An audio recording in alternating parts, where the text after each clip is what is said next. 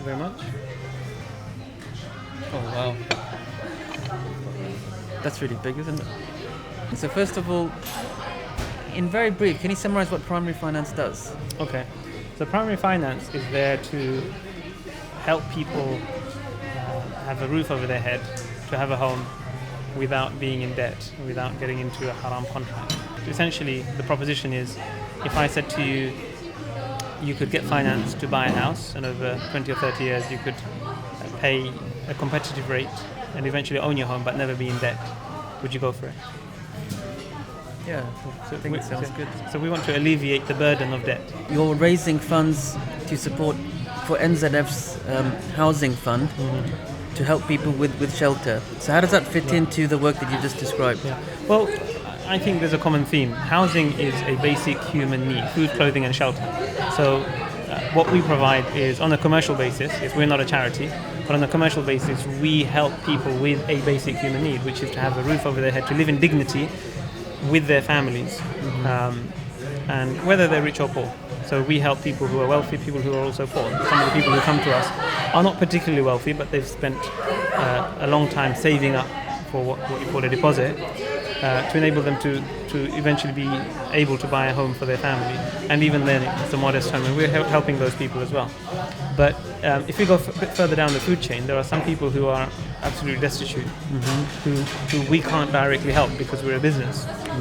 And so what we thought we could do is, on the theme of shelter and helping people who are in need of shelter, we could partner up with a charity such as NZF, which is already providing that sort of service. For example, you from your donations or your zakat, you cover some people's rent who can't afford to pay their rent, or you have shelters for people who are in need. And so we thought that we could, using our network, we could raise some money and then provide that as support for those people through NZF on a charitable basis. Alhamdulillah. No, that sounds amazing. And I think what's so amazing is you have a product for a market which can afford this product, but you found a way to serve the spirit of what you're doing for those who cannot come as well. That's right. Absolutely. So I think that's amazing, actually. And you know what's so interesting when it comes to shelter and NZF. NZF started because of a shelter problem. NZF started in 2011 because based on stories of Muslim women in Birmingham who were homeless. Right. And they were homeless because they were victims of domestic violence. And the sort of like the benefit system takes a while to kick in and to apply for help when you're in a situation like that. So they were just sleeping rough. The very first campaign NZF ever ran that really kick-started NZF was a campaign whose tagline was, "What's the point of 3 million Muslims if Aisha has to sleep on the street?" SubhanAllah. And it's still very moving. And to this day, people still associate or remember the shelter work that NZF did, specifically for Muslim women in the UK. Yeah, I remember that. So it's just quite symbolic as well that shelter is very much right at the heart of what NZF has always been doing from the beginning, in different ways now. So we don't have housing projects now, but we support individual applicants with rent deposits, rent arrears, council tax, just basic essential furniture. How do you assess need? What's your process? How does suppose somebody applies to you and says, I'm renting a property and I can't afford to carry on paying my rent. How do they apply to NZF for help? Sure. I mean, the way that we work is it is an online application, and so we do to have our due diligence to represent the trust of the givers who've entrusted us with their funds. So it is an application process. If they are in a rental arrangement, we like to look at the rent contract.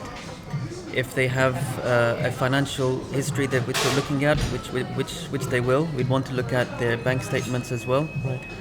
So we do what we can just to assess the reality of the situation, what's going on, and then based on that, then we'll work with them to find a suitable solution.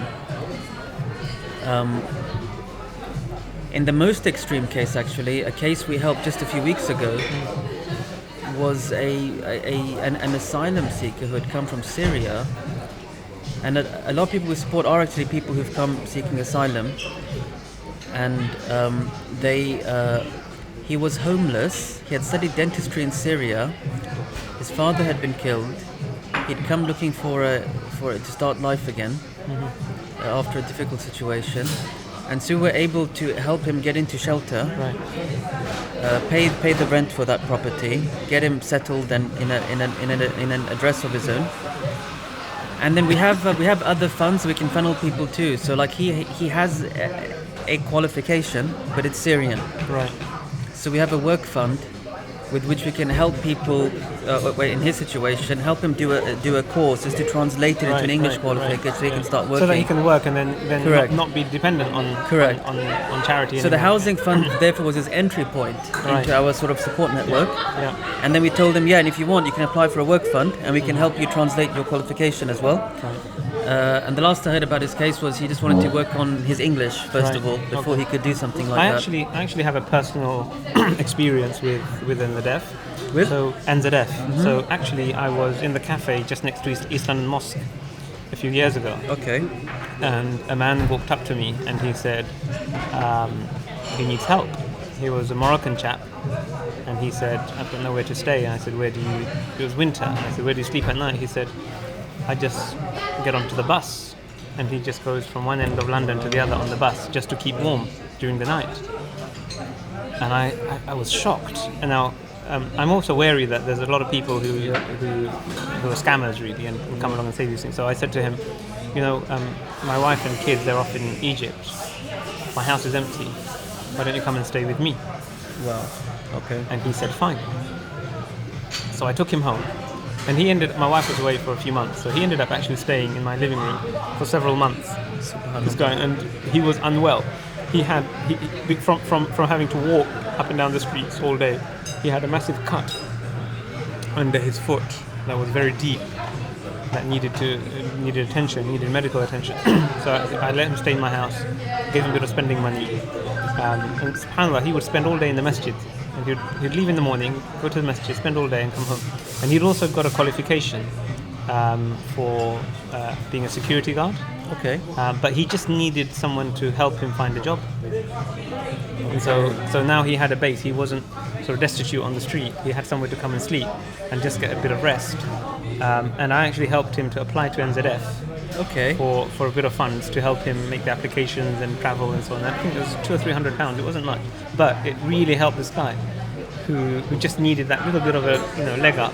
He was of working age. He already, through his own efforts, got a qualification, had one of those sort of security guard badges, and he had to go to significant effort to get that because he didn't have an address.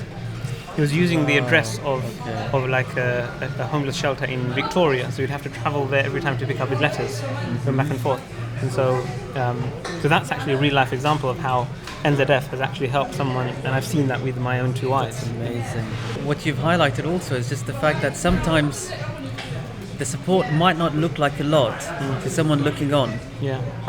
But it's exactly what you said. It's a little bit. It's an uplift. It gives someone the chance to breathe, and therefore a chance to sort of reset, and hopefully find a better avenue forward. When they're just in that struggling to, in the day-to-day cycle. So we've seen this a lot as well. What's interesting is we ask people for sort of feedback. Do you feel closer to God from getting the support?